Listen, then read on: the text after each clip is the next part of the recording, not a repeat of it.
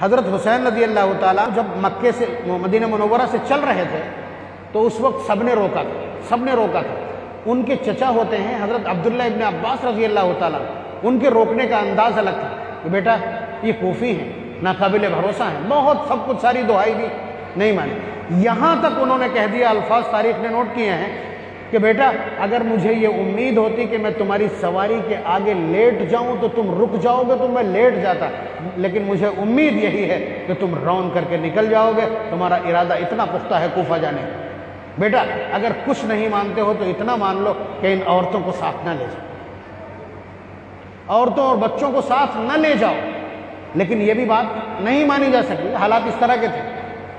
تو آپ یہ سمجھیے کہ میدان کربلا میں، میدان میں تو یہ 72 افراد ہیں، 20 بنو ہاشم ہیں، 20 تقریباً بنو ہاشم ہیں، اور اس کے علاوہ دیگر اور لوگ اعزاء اقربا بھی ہیں اس میں.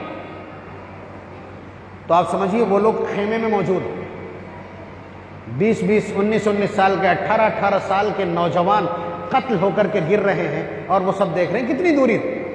کتنی دوری ہوگی آپ اندازہ لگا لیجئے، میں نے ناپا نہیں ہے لیکن آپ بتلا دیں گے کہ وہ اندر جب اس منظر کو دیکھ کر کے وہ عورتیں رو رہی ہیں تو حضرت حسین رضی اللہ تعالیٰ عنہ کو سنائی پڑ رہا.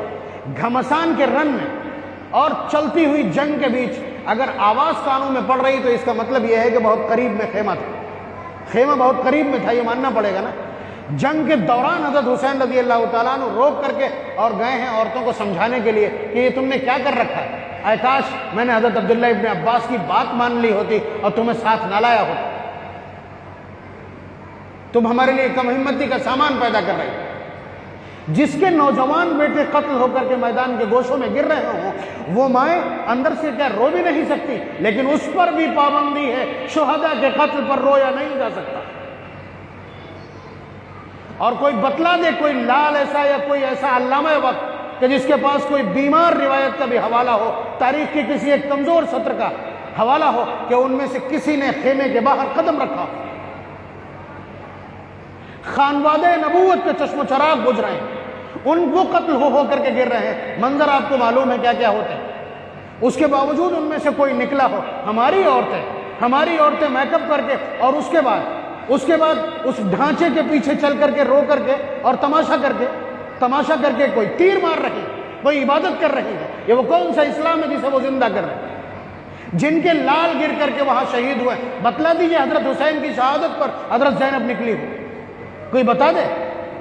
وہ سیدانیہ ہیں، وہ جانتی ہیں حیا کیا ہے، عفت کیا ہے، پردہ کیا ہے، اور محمد الرسول اللہ صلی اللہ علیہ وسلم کی تعلیمات کی آبرو اور قیمت کیا ہے.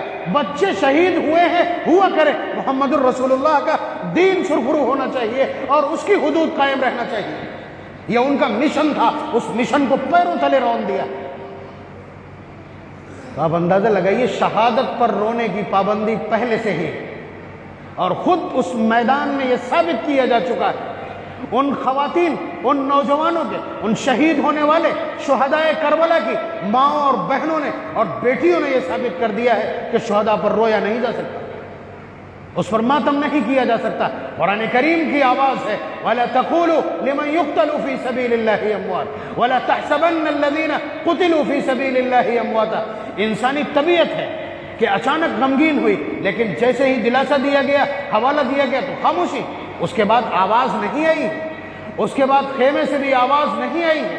اپنے جوان بیٹوں کے ٹکڑے ہوتے دیکھے ہیں لیکن منہ سے آواز نہیں نکلی، اس لیے کہ محمد الرسول اللہ صلی اللہ علیہ وسلم نے ایک آواز دیا ہے، النیاحۃ من امر الجاہلیہ، کہ بین کرنا، اوصاف بیان کر کے رونا، یہ جاہلیت کا شیوا تھا جسے ہم پہلو ترے روند کے پیچھے چھوڑائیں. اب یہ نبوت کا دور ہے، اللہ تبارک و تعالیٰ کی تعلیمات کا دور ہے، ان کی حدود کی پاسداری کی جائے گی. آپ سمجھ لیجیے. مثالیں اور بھی بہت ہیں لیکن یہ 2 مثالیں وقت کا تقاضا، پہلے ہی تقسیم بتا دی انہوں نے، اپنا ضرب تقسیم لگا کے 35 منٹ کی گنجائش ہے، اور میرا خیال یہ ہے کہ 35 منٹ ہو رہے ہیں. بہرحال یہ میسج چلا جانا چاہیے کہ شہادت پر ماتم کا کوئی کانسیپٹ نہیں ہے. اگر شہادت پر ماتم ہے تو اس کا مطلب یہ ہے کہ آپ شہادت کے جذبے کو ختم کر دینا چاہتے ہیں. یہی یہودیت کا پلان ہے. 2 چیزوں پر سیدھا ٹارگٹ، ایک لفظ جہاد پر، ایک شہادت کے جذبے پر. پہلے دن سے یہودیت نے اس کا پورا تانا بانا بنا ہے۔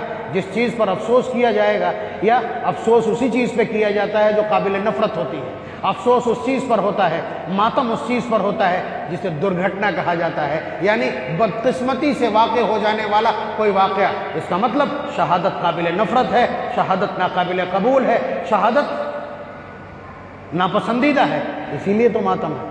ورنہ آپ کہیے محمد الرسول اللہ صلی اللہ علیہ وسلم کی نسل پر، اہل بیت پر یہی جچتا ہے کہ محمد الرسول اللہ کے لائے ہوئے دین کو وہ اپنے خون سے سینچیں اور پھر ان کے راہ پر چل کر کے ہم بھی اسی طرح اس دین کی آبیاری کریں۔ یہ جذبہ ہونا چاہیے اور یہ نعرہ ہونا چاہیے تھا، 10 محرم کا تماشا بنا کے رکھ دیا۔ اللہ تبارک و تعالیٰ ملت کو، امت کو، قوم کو سمجھ نصیب فرمائے، ایک ایک بچے کے اندر شہادت کے جذبے کو دوبارہ سے زندہ فرما دے، اور جس راہ پر چل کر انہوں نے اسلام کو تحفظ یا اسلام کی جڑوں کی آبیاری کی ہے، ہمارے خون کو بھی اس کام کے لیے قبول فرما لے۔